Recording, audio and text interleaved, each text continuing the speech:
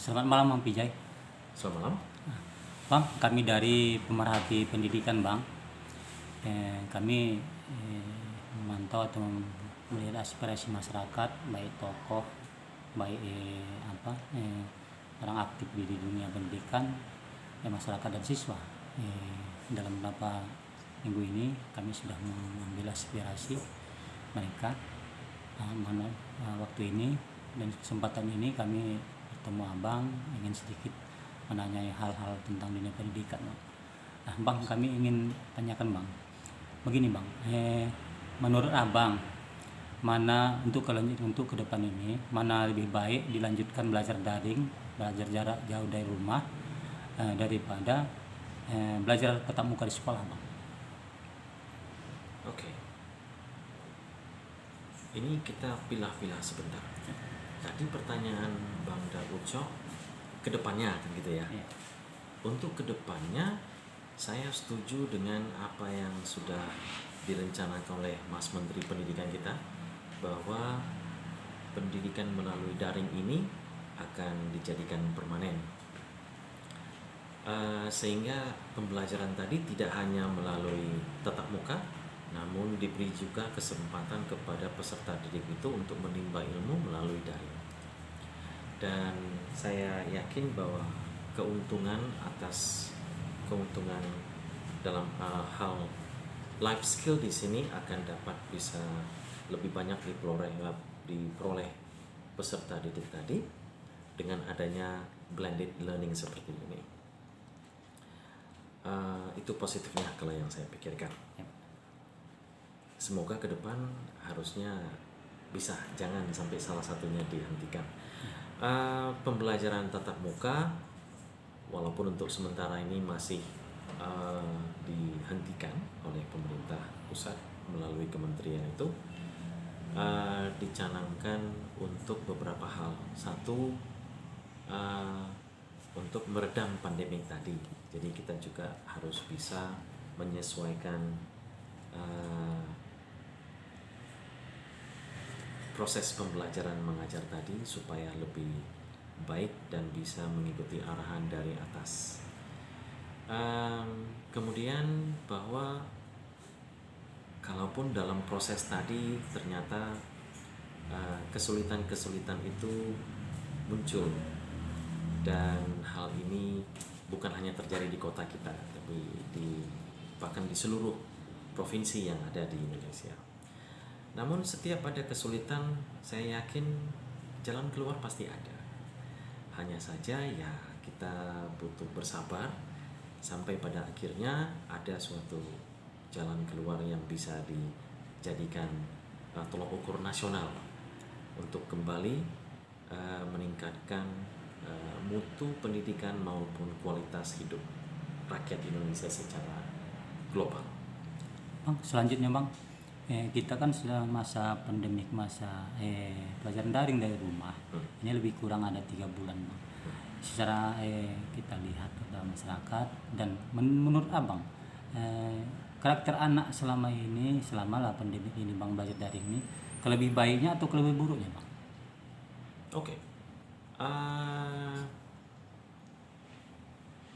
Begini Bang Ujo, ternyata selama ini karakter anak itu yang berusaha dibimbing oleh pihak sekolah, pihak pendidikan non formal maupun formal tadi, yang biasanya langsung diserahkan bulan-bulan oleh pihak keluarga. Baru hari ini mereka melihat betapa susahnya membimbing anak-anak mereka sendiri. Ternyata apa yang sudah dicanangkan pemerintah sejak 2018, pendidikan informal namanya, itu sudah dicanangkan dan sudah sosialisasinya sudah kemana-mana merebak. Bahkan di Tanjung Balai sosialisasinya itu kemarin di bulan 8 atau bulan 9 tahun lalu di Hotel Ayora, di mana pendidikan informal itu dibutuhkan sekali sebagai yang melengkapi dan untuk menuntun anak-anak kita dalam proses mendewasakan mereka itu.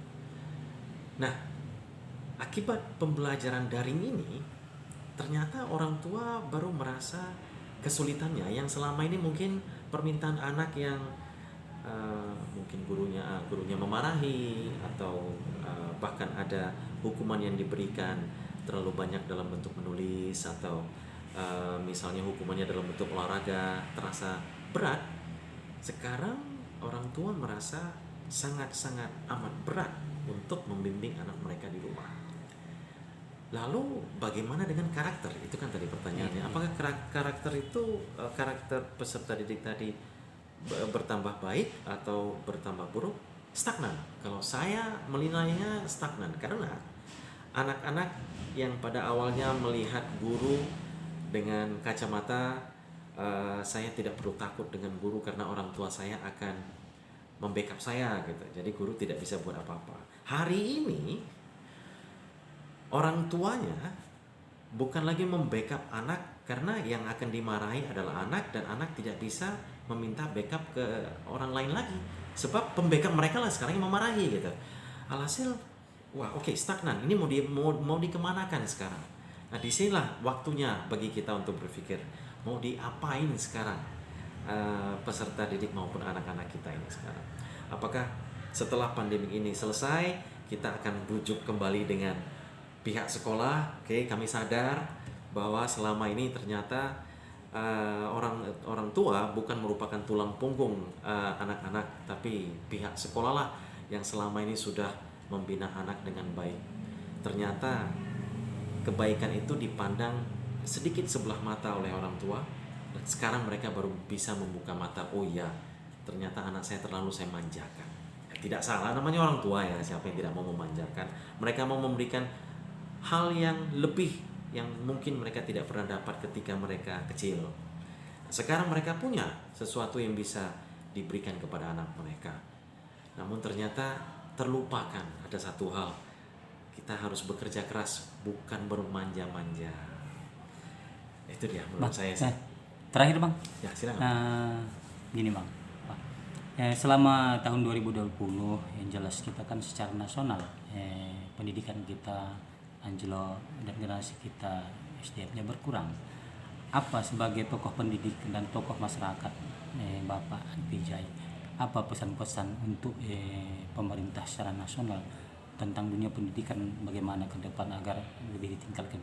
Itu pesan-pesan Pak, apa pesan-pesan Pak Vijay? Oke. Kalau dari SDM, bahkan sebelum ada pandemik ini SDM kita memang kurang. SDM kita kurang. Namun saya bisa melihat sisi baik daripada pandemi corona ini dari segi SDM tadi, di mana guru-guru yang berikrar untuk bisa maju mau mengikuti kelas-kelas online. Kelas-kelas online ini bahkan bersertifikat 32 jam sesuai dengan arahan dari pemerintah tadi. Kelas-kelas ini dilaksanakan atau diselenggarakan oleh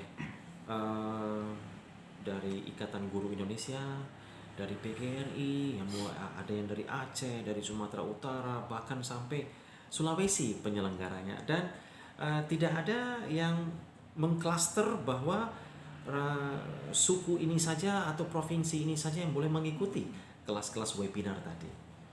Siapa saja boleh, siapa yang mau gitu. Jadi saya menganggap ini suatu kesempatan bagi SDM kita, pendidik maupun tenaga kependidikan, untuk ayo kita kejar. Kali ini kita punya banyak waktu untuk memperkaya diri kita dengan ilmu-ilmu soft skill tadi yang bakal banyak digunakan dan akan dikembangkan lebih jauh lagi 3 atau 4 tahun ke depan setelah pandemi ini selesai. Nah, lalu SDM seperti apa yang akan kita butuhkan ke depannya? Itu tadi yang seperti yang saya katakan, SDM yang menguasai teknologi. Karena teknologi yang akan menyederhanakan proses belajar mengajar tadi yang kita tidak miliki sekarang, khususnya di Tanjung Balai itu kan wadahnya, misalnya handphone yang kurang. Bagaimana sih? Bukan karena teknologinya ada, namun kita handphonenya yang tidak ada, tabletnya kita nggak ada. Mungkin pemerintah bisa menyediakan wadah seperti itu yang sifatnya dipinjamkan kepada siswa, bukan diberikan, dipinjamkan kepada siswa. Kemudian dibangun tower-tower internet di zona-zona yang sudah dihitung titik-titiknya, se-Tanjung Balai misalnya, atau se-Indonesia pada akhirnya, di mana siswa tidak lagi akan dibebani kuota daripada memberikan sejumlah uang untuk membelikan kuota tadi. Saya rasa lebih baik dibangunkan tower-tower internet dan diberikan itu seperti apa, saya kurang begitu fasih dengan namanya, tapi seperti microtik di mana siswa diberikan password dan username-nya, dan jadi mereka bisa melangsungkan learning management system melalui komputer tadi. Nah, ini salah satu terobosan yang mungkin bisa dipikirkan oleh pemerintah, karena dana BOS itu kan besar ya. Jadi dari dana BOS itu sendiri, apalagi Mas Menteri Pendidikan sudah bilang silakan pakai dana BOS untuk kuota. Ayo, itu sudah ada izin tuh. Nah, daripada kuota yang mungkin habis pakai, selesai nggak nampak gitu. Ayo kita bangun tower-tower internet di berbagai titik. Ada berapa kelurahan, ada berapa kecamatan di setiap kelurahan, range-nya. Ayo kita panggil pakar-pakar internet dengan wifi, termasuk Telkom, termasuk provider yang ada di Tanjung Balai, duduk bersama. Ini satu Tanjung Balai kita mau buat pembangunan tower-tower untuk wifi supaya bisa merata kepada siswa-siswa se-Tanjung Balai bisa dapat. Apa yang dilakukan? Kita bakal pasti dapat masukan-masukan dari mereka.